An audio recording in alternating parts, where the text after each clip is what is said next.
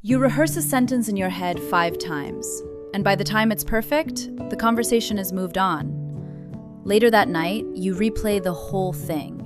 What you said, what you should have said, that one weird pause.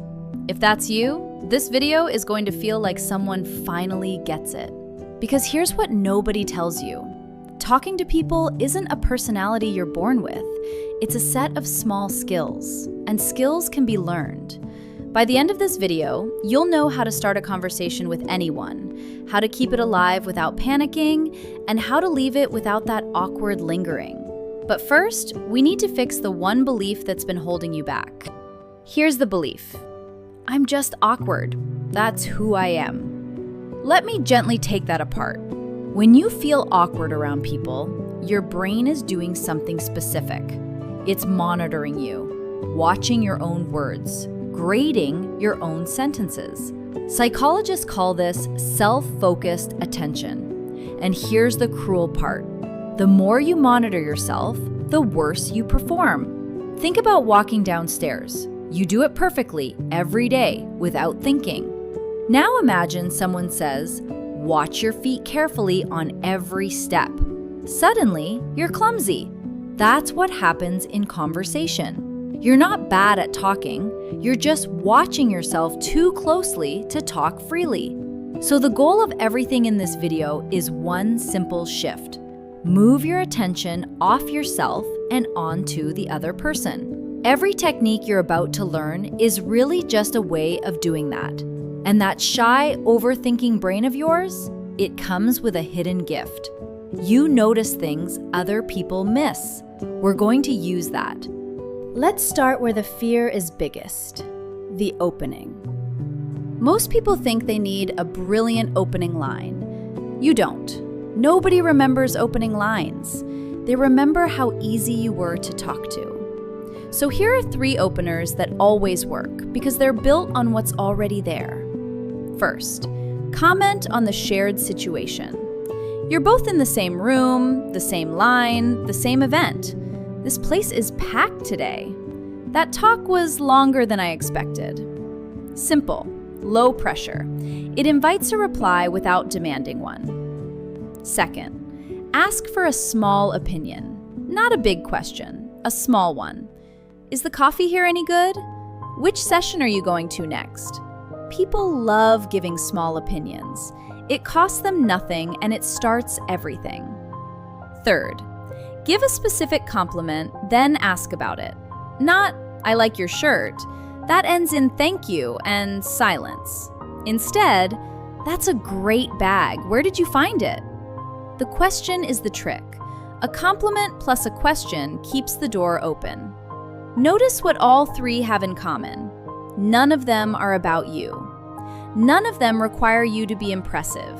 They just gently put the spotlight on the other person, which is exactly where your nervous brain wants it anyway. Okay, the conversation has started. Now comes the part you fear most, the silence, the moment you run out of things to say. Here's the technique that changes everything. It's called threading. In every sentence someone says, there are loose threads, little details you can pull on. Someone says, "I just got back from visiting my sister in Japan." Most people panic and say, "Oh, nice." But look at the threads. The sister, Japan, the trip itself. You can pull any of them. How long was she out there? Was that your first time in Japan? Are you too close? One sentence gave you 3 directions. Conversations don't die from lack of topics. They die because we're too busy planning our next line to hear the threads. Which brings us back to the core shift. Listen first. Really listen. When you actually hear people, you never run out of things to say. And when there is a pause, here's the secret. Silence isn't your enemy. A 3-second pause feels like an hour to you and like nothing to them. Let it breathe. Take a sip of your drink. Look around the room. Comfortable silence makes you look calm, not boring. One more tool for this chapter, the echo. When you don't know what to ask, just repeat their last few words with curiosity. We ended up stranded at the airport overnight. Stranded overnight? That's it. They'll take it from there. It sounds too simple to work. Try it once and you'll never stop using it. Before you say a single word, your body has already spoken. And if you're anxious, your body is probably whispering, "Don't approach me." Crossed arms, eyes on your phone, shoulders turned toward the exit. Not because you're unfriendly, because you're protecting yourself. Here's the honest truth about body language advice. A lot of it is oversold. Standing like a superhero won't change your life, but a few small things genuinely matter. Keep your body open, uncross the arms, put the phone away. Face the person you're talking to, feet included. People read, "This person is present," without knowing why. Make eye contact in small doses. You don't need to hold an intense stare. That's worse. Look at them while they speak, glance away naturally while you think. That rhythm reads as normal and warm. And slow down. Nervous people rush. Rushed words, rushed nods, rushed laughter. When you slow your movements and your speech just a little, your body tells them and yourself that you're safe here. The point of all this isn't to perform confidence. It's to stop broadcasting fear you don't need to broadcast. Nobody talks about this part, but it might matter most. How you leave a conversation is what people remember. The awkward exit usually happens because you wait too long. The conversation fades, both of you feel it dying, and you escape mid-silence. That's the version that haunts you at night.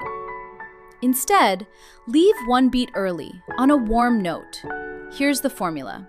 Appreciate, then close. "Hey, it was really good talking to you. I'm going to grab another drink. I'll let you get back to it. Really glad we met."